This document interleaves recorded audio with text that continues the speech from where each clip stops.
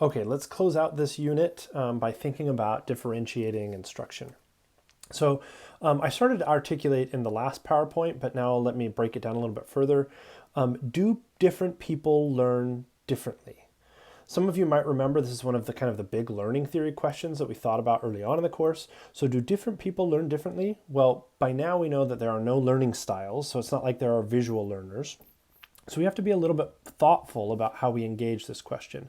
So we know that there's no learning styles, but of course people are different from one another. So on the one hand, if everybody learned the same way, like if everybody learns the same way, that why would there be different, why would people get different grades? Why would people enjoy different classes? Like, why would we not all be the same? Like, why wouldn't we see the same outcomes? So that's an argument that people do learn differently. But on the other hand, if every single person learns differently, doesn't that also mean that learning is essentially random? Like if everybody learns differently, then there's nothing we can do to support learning. Like what would a teacher do? And a former student in this course also made an argument that if literally everybody learns differently from everybody else, there would have to be more than 7 billion different ways of learning, which is also, another argument, right? So instead of thinking about like, do different people learn differently? I would kind of say people learn the same way in the sense that some of the core processes that we describe as learning are going to be the same. But what causes that learning to unfold? Like what makes it possible for people to learn? Or what sorts of things might trigger new ways of understanding or new ways of practicing? Those are going to be different for different people. So our question is not really, do different people learn differently? The question is, what kinds of differences among people are relevant for learning something? And how can teachers engage those differences? And so that is kind of what we call differentiating instruction, right? Differentiating instruction refers to differentiating instruction, changing instruction, making a difference in your instruction for different people. Now, you've already thought a little bit about Universal Design for Learning, and this is a resource from Iris at Vanderbilt University. So just in case you're feeling a little bit confused about the difference between differentiated instruction and Universal Design for Learning, Universal Design for Learning, or UDL as it's often called, is when you design the curriculum and it builds various resources and options into the curriculum. It's the kind of the designing process. Whereas differentiating instruction is during instruction and makes changes or adjustments to the curriculum during instruction. For our purposes, we're just going to kind of use all of this a little bit interchangeably and just call all of this differentiating instruction. So differentiating instruction is adjusting instruction so that it works for all students. So you might make different classroom activities, different curriculum, different assessments, and how you might respond to a difference, right? What will you do differently for different students to make sure that everybody learns? And different learning theories will approach these differences differently. I know, stay with me. So let's take an example here. Let's look at this. Remember social cognitive theory? That's Bandura, to just quickly recap, right? This is the idea that people observe and then they imitate and then they self-regulate their behavior based on their imitation. And of course, as they become more confident, their self-efficacy rises. And as their self-efficacy rises, they're better able to engage in that behavior that they're trying to copy. So if you've forgotten what all this is about, that's just a little bit of a throwback there, and you should go back and watch that PowerPoint if you need a larger refresher anyways. So we can ask 3 questions with this particular theoretical perspective in mind. What differences among different learners matter for learning? Right? What differences matter?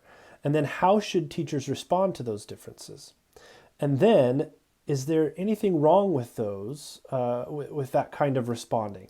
So let's take so we're going to look at social cognitive theory here, right? So different students might have different self-efficacies. They might have access to different models. They might have a different ability to self-regulate. They might have a different background in terms of their prior experience trying to do a behavior. So what teachers might do then to support various self-efficacies is they could engage students in goal setting for goals that are specific to that student's self-efficacy. They can support a growth mindset by offering meaningful praise. They could also offer some rewards, some feedback, and tailor those rewards to the learner's appropriate level. So like the more sophisticated they are, the less frequently we'll reward them. And so those are the kinds of differences that matter to social cognitive theorists, right? And then we can critique that because I think it can really become deficit oriented really quickly. If you go back to the social cognitive PowerPoint, I make this point there. You can start to blame people for their own lack of performance by saying like, oh, well, your self-efficacy just wasn't high enough. And then it's also really difficult to measure self-efficacy in a meaningful way. Like I could give you all a survey and say, how confident do you feel about your ability to understand learning theory or teach using learning theory? But I can't give you that survey every day and then differentiate my instruction accordingly. So anyway, this is kind of the level of thinking that I want you to be able to do.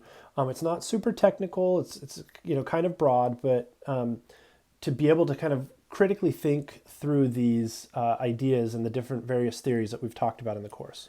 Okay, so now let's think about Piaget, which is a part of cognitive theory, right? Or we at least introduced some of his ideas in cognitive theory. And it's often thought of as actually another theory that kind of straddles between, this is kind of part of constructivism, which fits kind of a little bit in between Piaget's cognitive constructivism and Vygotsky ideas. But anyways, we're going to focus just on Piaget for this one. So again, think about these three questions. What differences matter?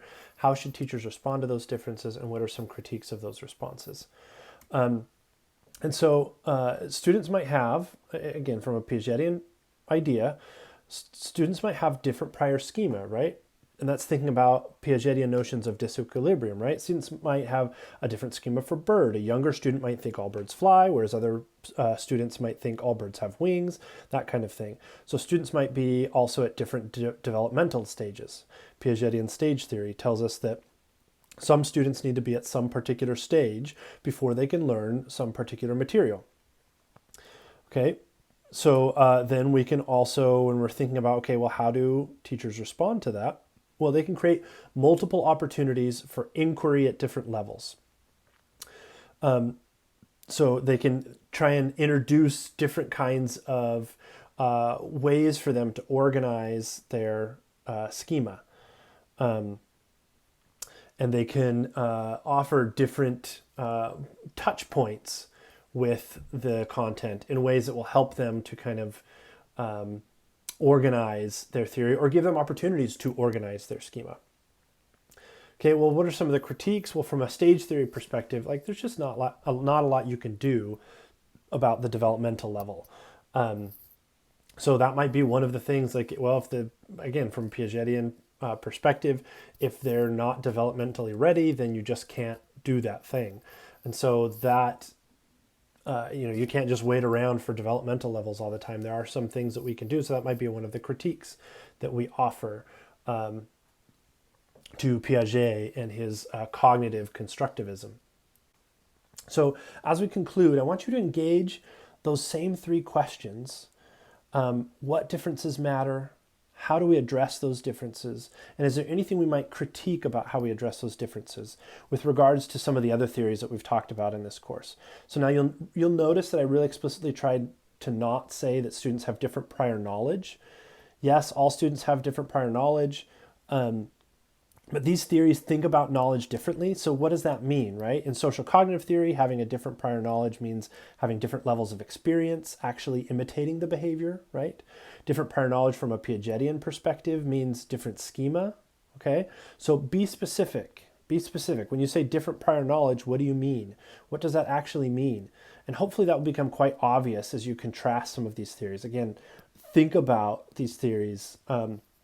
So this question is not directly addressed in any of the readings. You're not going to find the answer or even anywhere else in the course. We're just here. This is an opportunity for you to, to pause and think about what these other theories offer and then how we might critique them from an equity perspective.